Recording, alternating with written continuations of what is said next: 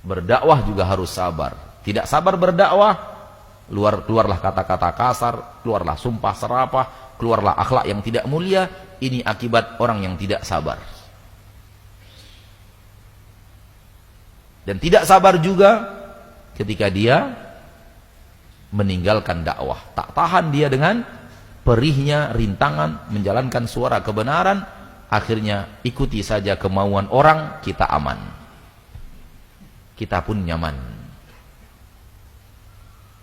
Kepada saya pernah disampaikan oleh salah seorang dai yang ternama dari Sumatera Barat, yang antara saya dan beliau ada hubungan kekeluargaan. Kepada saya ketika itu saya masih anyia, masih kecil, masih di pesantren, masih masa menuntut ilmu, dan beliau sudah menjadi dai terkenal. Beliau mengatakan kepada saya, kalau berdakwah itu adalah tergantung dengan siapa kita berhadapan. Kalau istilahnya masuk ke kandang kambing kita mengembek, masuk ke kandang ayam kita berkokok, masuk ke kandang harimau kita mengaum. Kalau beginilah dai, kapan umat tahu yang mana yang hak, yang mana yang batil? Antara suara-suara yang ada, yang mana suara kebenaran?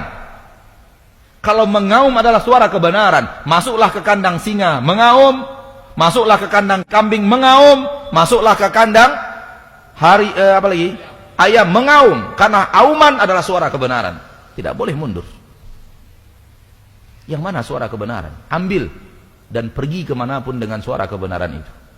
Sampaikan dengan siapapun suara kebenaran itu. Di depan pemimpin suara kebenaran, di depan rakyat suara kebenaran, di depan orang kaya suara kebenaran, di depan orang miskin suara kebenaran. Di masjid ini suara kebenaran, di masjid yang lain suara kebenaran, di kota yang lain suara kebenaran. Nggak boleh berubah-ubah. Adapun kalau kita yang menyesuaikan apa yang mau dibicara dengan kebiasaan masyarakat, kapan masyarakat tahu yang mana yang benar, yang mana yang salah? Barakallahu fikum. Kebenaran harus jelas. Yang mana yang putih, yang mana yang hitam harus jelas batasannya. Kalau tidak, umat akan hanyut dan hilang. Maka orang yang tidak tahan berdakwah dan sabar berdakwah, maka akan mundur. Atau insijam bil adat, masuk ke dalam adat istiadat kebiasaan, dan akhirnya semuanya serba boleh. Yang penting niatnya benar. Salah itu. Tidak semua niat yang benar adalah benar. Orang yang mencuri harta dari Belanda, harta dari orang Jepang, harta dari orang kaya untuk dibangunkan ke pesantren dan masjid, salah. Niatnya benar, bangun pesantren dan bangun masjid. Dia melakukan hal yang salah untuk membangun pesantren dan masjid. Tidak semua niat yang benar artinya amalannya benar. Sampai niatnya benar dan amalannya benar. Maka kalau ingin selamat daripada kerugian, lakukan 4 sifat.